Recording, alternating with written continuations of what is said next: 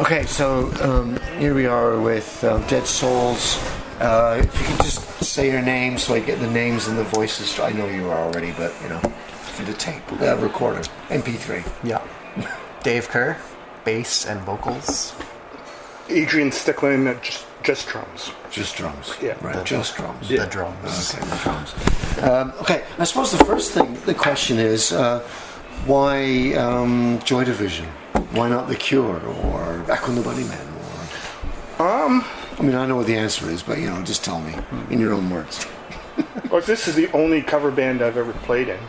Oh, right. Okay. In 4 decades. Right. And I was always a huge... Me too, not 4 decades. But I've always been a huge Joy Division fan, so when this opportunity came up to put the band together, I said, for sure, I would love to do it, right? Yeah.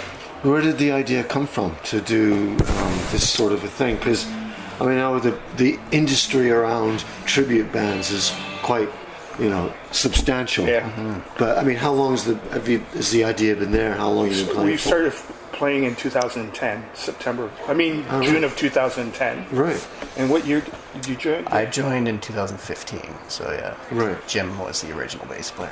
He's a friend of mine too. So. Right. But yeah. I think the original idea came from David Knight. Like right? David Knight is a friend of ours. Actually brought us together. He was playing with Kevin, doing some songs, and he thought Kevin's voice reminded him of Ian Curtis. So right. I think he suggested. And Kevin thought it was a good idea too. So. Yeah.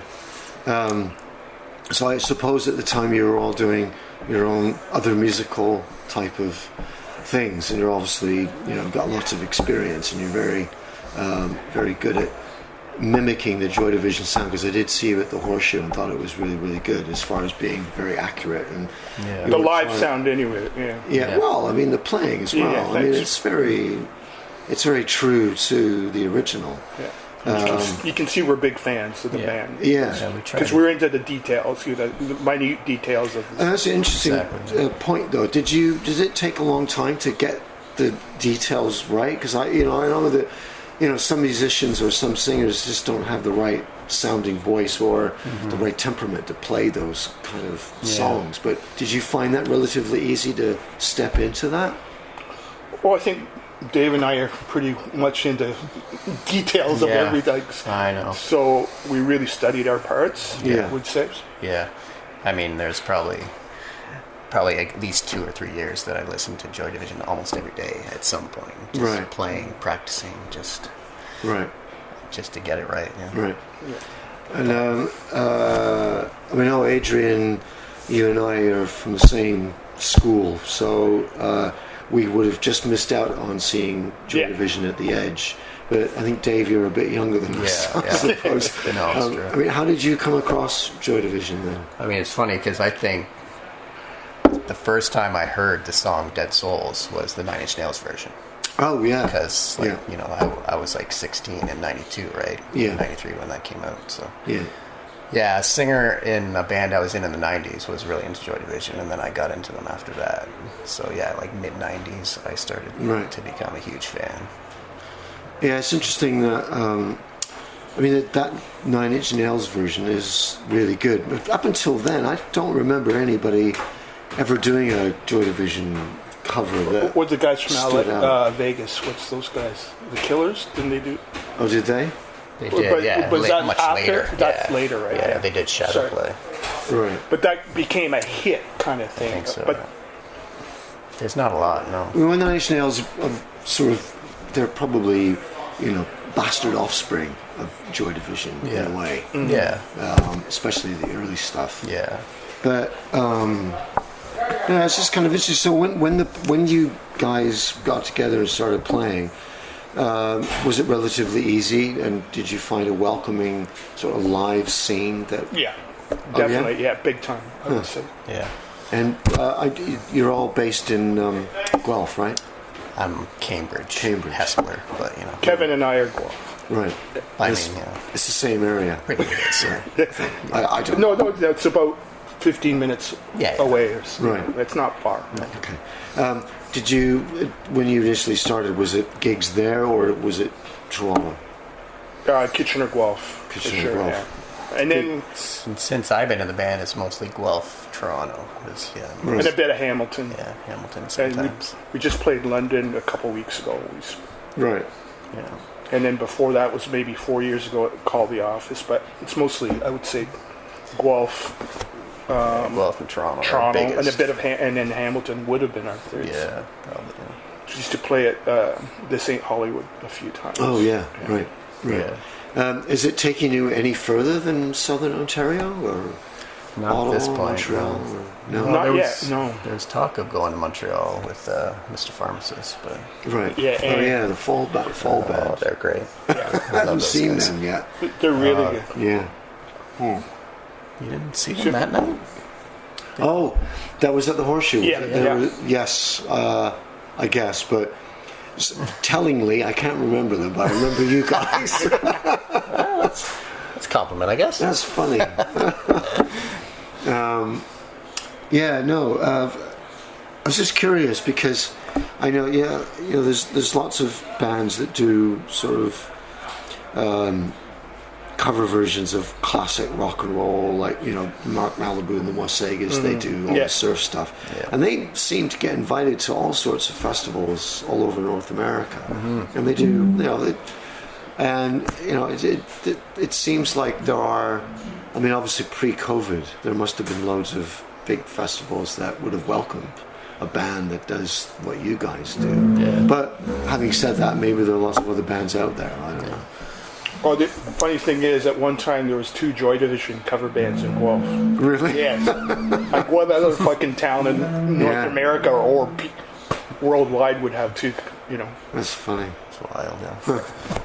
I think we both came out at the same time, not knowing each other was going to do this. Right. Yeah.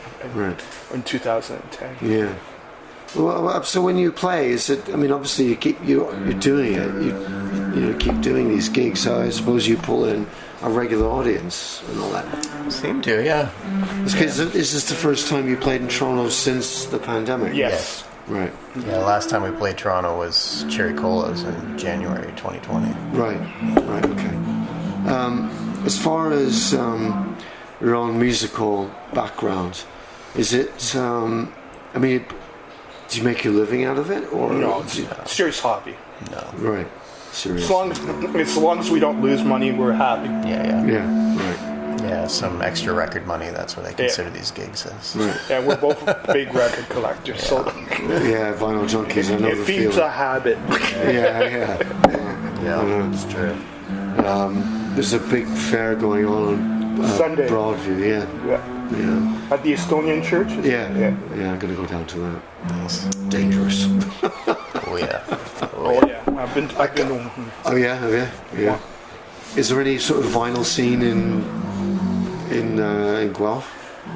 Well, it's only really 2 or 3 record stores. Royal Cat's the biggest one. It's pretty cool. Right. There's a couple in KW that have been around forever, like Encore and Orange Monkey. Right. Yeah, there's a couple. So how do you see? I mean, it's difficult to talk about a covers band, but have you sort of identified an audience, a niche within? I think there is. Definitely. Well, if you watch the crowd tonight, it's like Joy Division has a very young following again. Like, I think people keep discovering it. Like early 20-something people. Like when I discovered them when I was in my early 20s, I think that just keeps happening. Yeah. Plus, like nobody in North America saw them live, so that's my main reason why I wanted to do this. Like, there's cover bands that just make no sense. Like, I mean, there's a Blue Rodeo cover band that played here the other week. True Rodeo is coming, but I mean, I like Blue Rodeo, but they're playing in Toronto. So. Yeah, it's a good point actually. If there's a band that's not doing it, I mean, you get Peter Hook and all that. Stuff. He does it well. Like this band's really good. But the reason my main drive to do this is because, again, Joy Division's my favorite band. From my early 20s and stuff. But I thought this is a great opportunity to show Joy Division music live because no one ever got to see them in North America. Yeah. So we're doing this service of the live version of that. Yeah, I think people have this idea of Joy Division as this like mopey, sad band, right? Yeah. But like live, they're very heavy. They want to rip people's heads off. That's what we try to do. Yeah. Yeah, that's a good point. I mean, I remember at the time, they were sort of an antidote to all the raging punk rock that was happening. Yeah. And they sort of ushered in the whole post-punk thing after that. Yeah. Well, not just them, but there were lots Wire of bands. and them. Yeah. Early Killing Joke. And it was loud, but it was still something different from just anarchy and, Well, I think most of those bands were around it, influenced by the original punk scene, but the more they practiced, the more proficient they got at their instruments, and they could express themselves in their own way. Right? Yeah. That's why if you see all those bands that, like Susie, Wire, there's a connection, but they all sound different. I mean, they're not trying to sound like, but their sound evolved naturally because they learned to play their instruments on the fly, right? And then and they had no. Sorry, I was going to say they had no boundaries or no restrictions. Yeah. I mean, the art of songcraft was sort of coming into it as well. I mean, when you listen to, after the first two Susie albums, they really evolved into basically a pop band, but with an edge. Well, I would say Juju is fucking amazing. Oh yeah. But there was songs. Yeah. They crafted these. Yeah, John songs. McGeoch's such a fucking amazing guitar player. Very melodic. Yeah. It was interesting that The Weeknd even sampled Susie in the Band Shears. I heard that. I've never heard that song, but I've heard about it. There's a very clever way that he does it.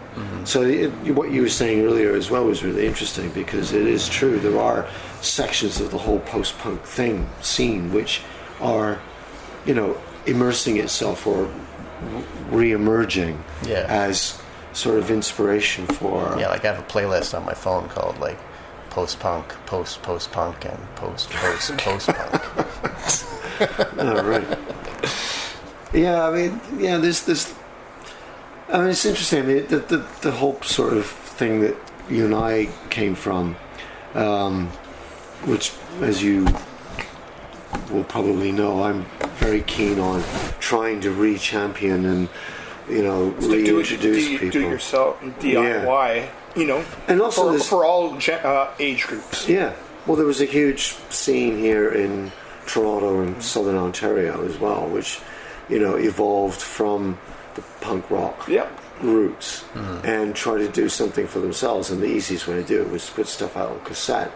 So that's what we all did in fanzines and all that sort of stuff. But it's kind of been overlooked, perhaps, and part of my reason for sitting down with you guys and maybe doing a new 21st century version of Smash It Up is to, sort of bring a spotlight to all that sort of stuff. And nice. And I don't know. I mean, there's always lots of new, fresh ears out there who want something new and different. And I think that's what you've picked up on, definitely. Yeah. Especially if you've got new people coming out to see the band. Yeah, it's really good. What are your future? I don't suppose. Have you ever considered recording and releasing your? That's a good segue. We have a record coming out. Yeah, 12-inch EP. Yeah. Right. With that do-it-yourself, We actually recorded right before COVID, like January, February 2020. So it's actually getting pressed. So we might have we're waiting test pressings any week right now. Really? Yeah. Wow.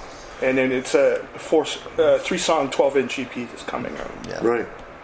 That's great. Yeah. What songs are you going to put on it?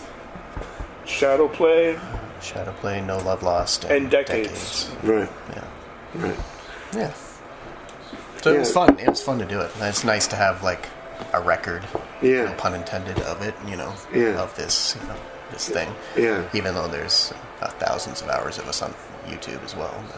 Yeah. Have a record, this guys. Yeah. It's kind of interesting you should mention that because this is the sort of thing I've been struggling with because. It's easy to put something on the internet and say, all right, it's done. Yeah. Right, it's out of the way. But why did you decide to do a physical record? Because it's probably keeping in what I feel, but you tell me. Why did you want to do a record? Because that's the way I grew up, in a band, you can show it off. You have a physical, Yeah. Well, essentially, Mr. Pharmacist did it first. Yeah. It was recorded at the college. Basically, they did it for free. I don't know what. It's like a recording college, right? And they need a band to record for their project, really? right? So the band gets, they record for free. Right. But you have to In go a there very on nice Monday studio. morning Right. for 4 weeks. Right. But, so they did it, and we're like, that's a good idea. So then we ended up doing it like a year later. The next semester. Yeah. Right. And where is this? Harris Institute. Downtown Toronto. Yeah, what is? It's not Adelaide and Sherwood or Shelburne. It's up in that area. Right. Okay. Sorry, I'm from Guelph. I don't know my fucking streets well enough. Sherburne. Sherburne. Maybe. Yeah. Thank you. Right. That's interesting. So, have you ever been tempted to maybe write your own stuff with a sort of Joy Division influence, but maybe call the band something else and write original songs? We have in the past wrote a few songs, but we've never really talked about it that Because much. it's interesting because you can find an affinity with Joy Division, but as musicians, as individuals, you might be tempted to think, actually, maybe there's something more that we can start use as a springboard and get involved with. The elements are there. We just have to execute it. Yeah. We've all played in different bands too at the time. Like, I actually met my band I was playing with played with the Dead Souls. Right. That's through the original bass player. That's how I met Kevin and Adrian. Right. And then a few years later, I joined a band with Kevin, just doing original songs. Right. So we did that for a while, and then that's when I joined the Dead Souls after that. And Right. Kevin was just like, well, I'll just get Dave to join. Yeah. He's already playing with me, and he knew I loved Joy Division. So Yeah. it's kind of a no-brainer. So what sort of music were you doing in these other bands? Is it very different from? Yeah. It's more straight ahead rock kind of. Yeah, kind of like alt rocky, but not as punky. Right. Yeah. But then I play in another band that does like different punk and alt rock covers, and then a few originals, and then you had. I had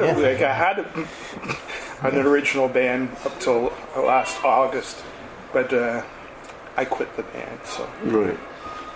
so I'm looking for another original music outlet too. But not saying that we might still do that together. We just haven't sat down and talked about it. Right. But we actually, Kevin and I, with original bass, have a couple original songs we've wrote and we've actually played, but we haven't done it in a long time. But we played it as a 3-piece instrumental.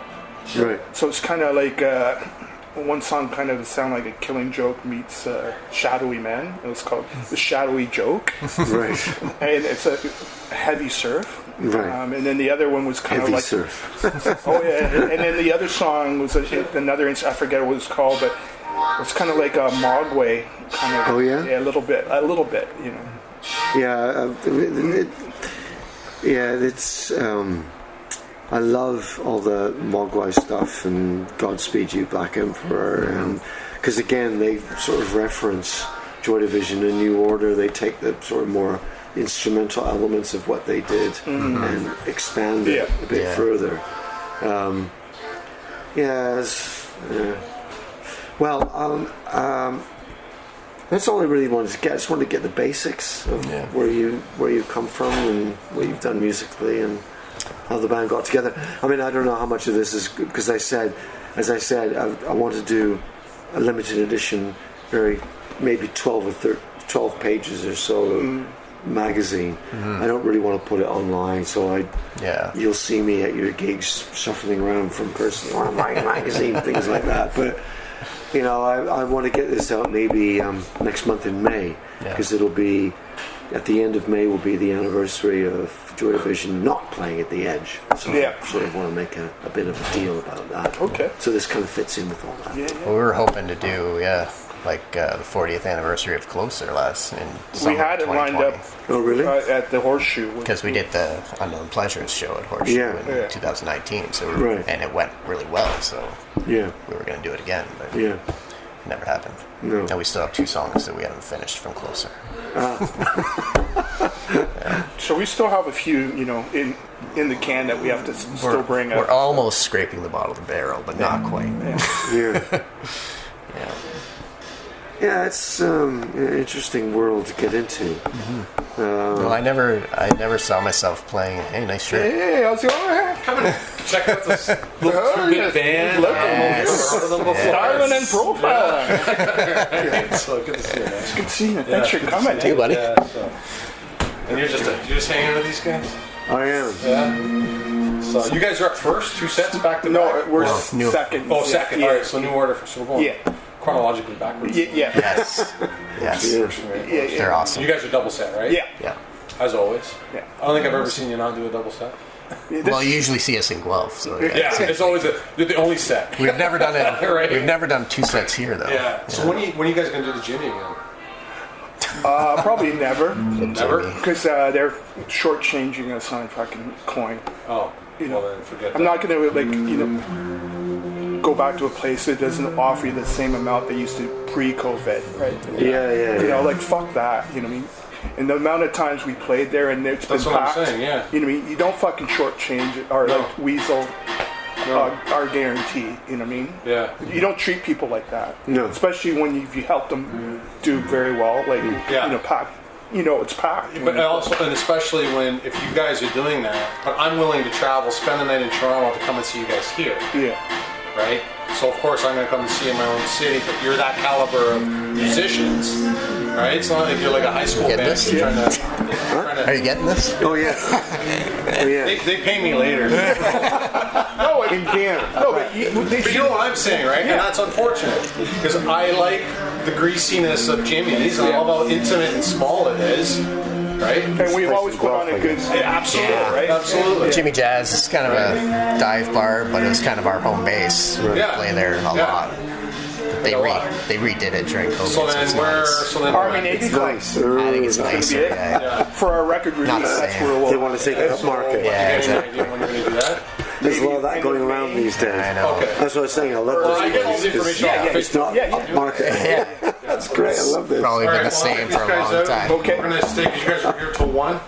Probably a little probably. later. A little later? All right, we'll probably run it right through to the end with you. So. Okay, great. Awesome. Thanks for coming, eh?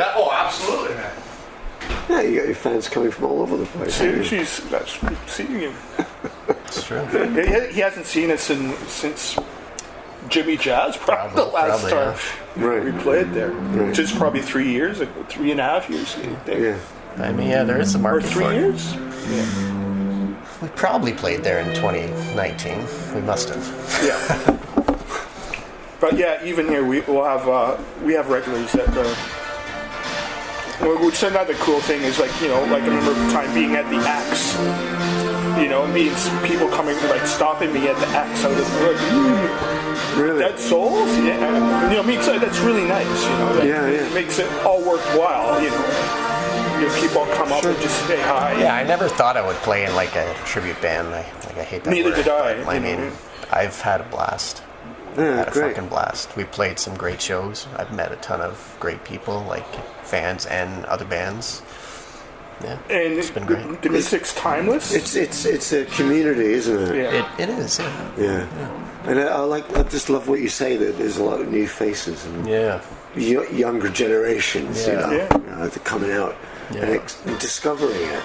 Obviously, it's easy for them to get the originals, Joy Division Essentials playlist, yeah. but it's okay, fine. Well, I can't think of anything else to ask. I mean, do you want to get? I know you got the record coming out.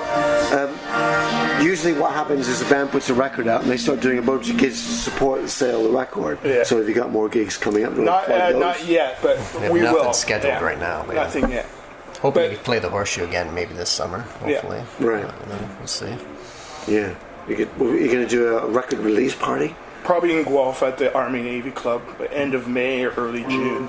Yeah. We just don't have know to when get it's coming. dates nailed from the pressing plant. When it's actually going to be out, because it's not like there's backlogs of vinyl releases out these days. I mean, Yeah. It's quite a backlog of shit. Yeah, I mean, it's been since, what, was it November, October or something? Yeah. Yeah. You know, the word is that it takes a year for anything to get pressed out. Yeah, pretty close. Shit. What's the artwork going to be like? How are you going to deal with that? Well, Kevin did that mostly, eh? Yeah. Put it Well, together. the cover is the same as his kick drum. Yeah. And the same as that guy's shirt. Right. Yeah, right. And then the back of it is a picture of us at the horseshoe. Yeah. Have you ever done any online research about if there's any sort of Joy Division cover bands in England? Oh, fuck yeah. There's There's a lot, a few, yeah. Oh, yeah? Have you ever reached out to them? I've talked to one guy that there's a New York-based one. Right. And I'm friends with Disorder, they're called. a band from Portugal called Closer. That's a Joy Division cover band. So we've kind of networked over Facebook. And See, the one thing I like about us more than some of these other bands is we don't have the guy on stage trying to do the... all these other bands have got... They're trying to do the... Like, I think that having that's that... going too far. You mean? Yeah, it's bordering on tasteless. Yes. I think having the absence of him there that's a good makes point. our show more effective. Yeah. I think. Yeah, maybe that's interesting, yeah.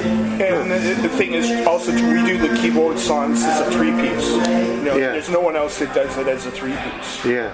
And we do a few songs that really the others don't really try to copy, or play live. I can see a festival, right? Oh, I know. Happening in Spain, in some desert in Spain somewhere. The Joy Division festival in the desert with nothing but Joy Division and New Order bands. Well, I would say we're the heaviest fucking Joy Division cover band around. That's a good quote. I'll use that. Maybe the loudest too. Maybe, yeah. We try to keep it loud.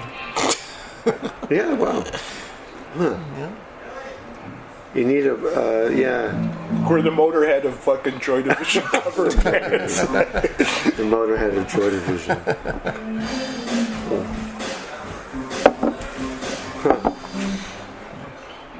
Yeah, I got all the basic facts and got some cool quotes. So And no Kevin jokes. Yeah, Kevin jokes. You're lucky. Yeah. Oh, poor Kevin.